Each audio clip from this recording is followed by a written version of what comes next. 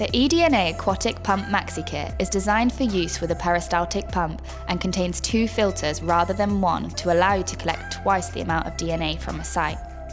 In this kit, you'll receive a pair of sterile nitrile gloves, a sampling bag for collecting water, silicone tubing for use with a peristaltic pump, 2 filters for capturing DNA, preservative solution and filter caps, a disinfectant wipe for decontaminating any reusable equipment, a specimen safety bag, and a data sheet for noting information about your sample.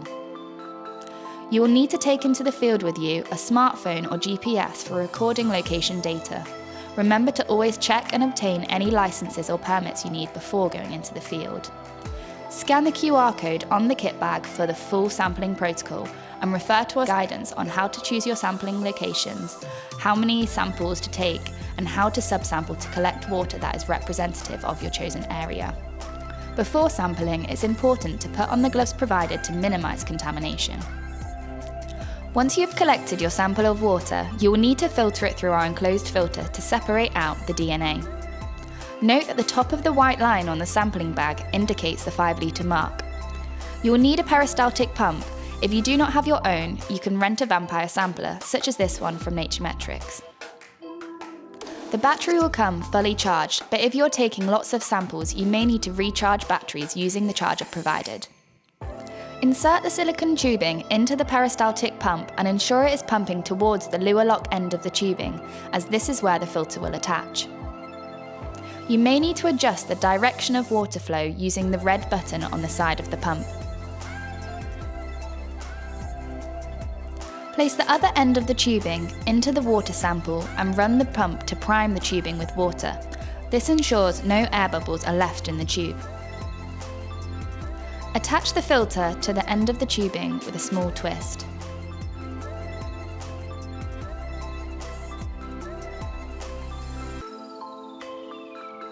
Begin running the pump, starting slowly and gently increasing speed. Note that sometimes the tubing can suction onto the sampling bag. To resolve this, simply pull the tubing away from the bag to continue filtering. Continue to run the pump until your desired volume of water has passed through the filter, or until the filter is clogged. You will know when the filter is clogged when it becomes too difficult to push any more water through the filter. The pump may begin to change pitch or may make a clicking noise when the filter is clogged, as the pressure is building up. Measure the water passing through your filter by measuring into a measuring jug like this one. Once you have finished filtering water, lift the end of the tubing out of the water sample and continue to run the pump for about 30 seconds so that air is passing through the filter to dry it.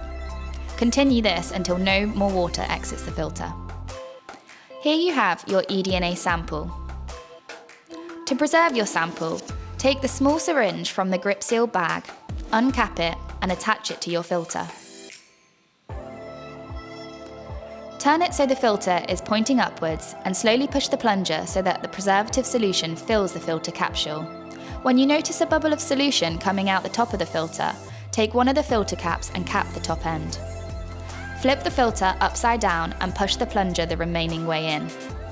It helps to give the filter a little shake to ensure the preservative is evenly distributed. Remove the syringe from the filter and cap the other end. Don't worry if some of the solution foams or spills over, this is normal. Now repeat this entire process for the second filter from the same sampling bag of water. Label your filters A and B with a permanent marker and place your capped filters into the specimen safety bag provided.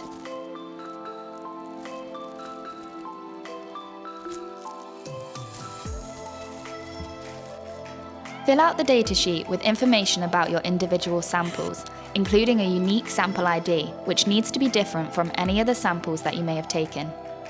Place both your sample and your datasheet into the kit bag. Your sample is now ready to send to the lab for analysis.